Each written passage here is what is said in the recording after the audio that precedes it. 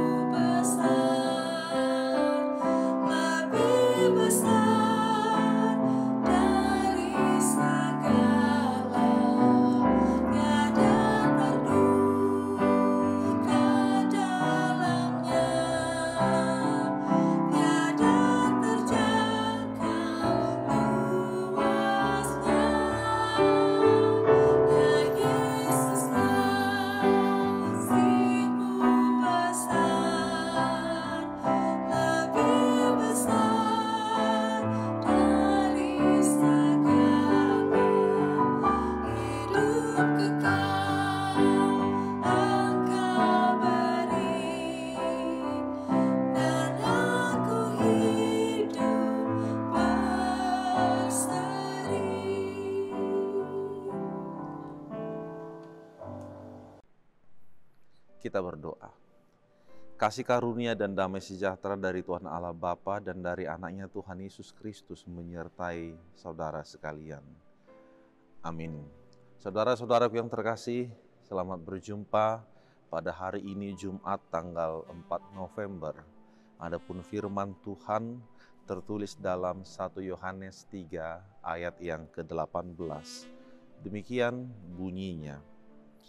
Anak-anakku, marilah kita mengasihi bukan dengan perkataan atau dengan lidah, tetapi dengan perbuatan dan dalam kebenaran.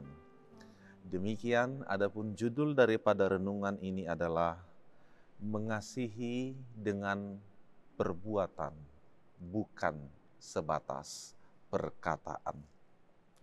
Sahabat firman Tuhan yang terkasih, kasih merupakan suatu tindakan, suatu perbuatan yang amat penting dalam hidup kita. Benar bukan? Ya, semua kita mengatakan bahwa hal ini sangat dan amat kita butuhkan. Mengapa? Agar hidup ini dapat berkesinambungan, terjalin dengan dan sangat baik. Oleh sebab itu, firman Tuhan tidak henti-hentinya mengingatkan akan pentingnya kasih tersebut. Yesus memberikan perintah agar kita dapat saling mengasihi, seperti Dia yang telah lebih dahulu mengasihi kita. Akan tetapi di dalam kenyataannya, ada beberapa hal yang bisa memberatkan seseorang dalam berbuat kasih. Sebagian orang mengatakan bahwa aku akan mengasihi engkau. Aku akan mengasihi saudara jika kamu juga mengasihi aku. Ketika kamu baik kepadaku, maka aku pun akan baik kepadamu. Demikian dikatakan. Nah, kasih ini adalah kasih yang merupakan prinsip daripada dunia, di mana ada sebuah pengorbanan. Namun, pengorbanan tersebut bersyarat. Nah, kasih demikian bukanlah kasih yang sejati. Karena Yesus Kristus berkata, jikalau kamu mengasihi orang yang mengasihi kamu, maka apakah jasamu? Karena orang-orang yang berdosa juga melakukan hal yang serupa dengan itu. Sebagian orang juga memahami kasih itu hanya sebatas verbal atau di dalam ucapan belaka. Di dalam perkataannya seolah-olah dia sangat dan begitu prihatin, begitu bersedih, begitu berempati, menunjukkan akan kasihnya. Akan tetapi sebuah pertanyaan, apakah hal demikian sudah cukup? Sebab ada tipe manusia yang demikian. Mengajak dan seolah-olah mengarahkan banyak orang untuk peduli, untuk berbuat kasih. Namun hal tersebut dibebankan kepada orang lain. Dia sendiri yang sanggup dan dia sendiri sebagai alamat daripada pertama sekali orang lain meminta pertolongan kepadanya, dia tidak berbuat apa-apa padahal dia bisa. Nah, inilah kasih yang dalam bentuk verbal juga. Tentu hal ini juga tidak dan sangat tidak bagus. Maka saudaraku, pada hakikatnya kasih itu tidak hanya diucapkan, tetapi kasih itu adalah untuk dilakukan. Kita tidak dapat mengasihi tanpa memberi dan tanpa berbuat sesuatu. Dan Allah telah lebih dahulu menjadi bukti nyata di mana Dia yang lebih dahulu mengasihi kita.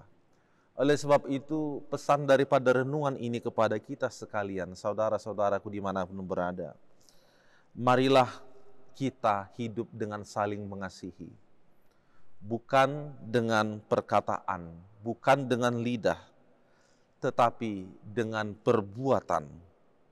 Dan perbuatan itu juga adalah perbuatan yang harus dalam kebenaran, bukan perbuatan yang salah.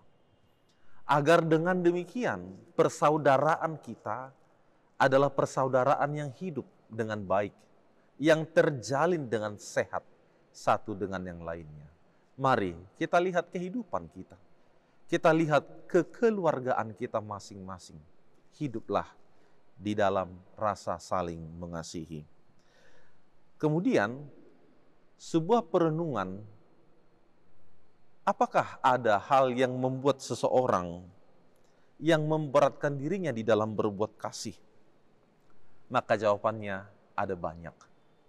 Boleh-boleh saja harta, pekerjaan, jabatan, kekecewaan yang disimpan amat dalam di dalam hati, asumsi-asumsi yang negatif, itu dapat menjadi penghalang dan memberatkan kita di dalam melakukan kasih.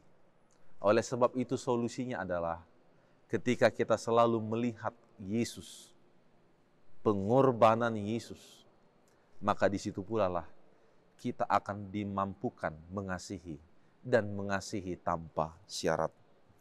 Dan yang terakhir, kepada kita diajak agar tinggal di dalam kasih. Paulus di dalam 1 Korintus 13 ayat 13 berkata, demikianlah tinggal ketiga hal ini, yaitu iman, pengharapan, dan kasih. Dan yang paling besar di antaranya adalah kasih. Amin, kita berdoa. Syukur dan terima kasih kepadamu ya Allah Bapa di surga, atas penyertaan-Mu dalam hidup kami. Kami bersukacita di dalam kesehatan, di dalam perlindungan yang Kau beri, terlebih-lebih pada saat ini firman-Mu yang menuntun kami, mengingatkan kami kembali agar hidup di dalam kasih. Kasih yang menjelma di dalam perbuatan, bukan hanya di dalam perkataan. Oleh sebab itu, kiranya Roh Kudus-Mu mengingatkan kami sehingga tidak ada hal lain yang memberatkan kami untuk menjadi pelaku-pelaku daripada kasih itu. Namun setiap saat kami menghayati hidup di dalam Kristus, hidup di dalam kasih-Mu, maka di sana pula lah hati kami digerakkan menjadi pelaku kasih itu. baik di dalam seluruh gerak kehidupan kami, terlebih-lebih pertama sekali bagi saudara-saudara kami sekalian. Berkatilah kami semuanya, dan kiranya Engkau memakai kami menjadi saluran berkat dan saluran sukacita-Mu. Di dalam nama Yesus Kristus kami berdoa. Anugerah Tuhan Yesus Kristus dan kasih setialah Bapa dan persekutuan Roh Kudus kiranya menyertai saudara sekalian. Amin. Shalom.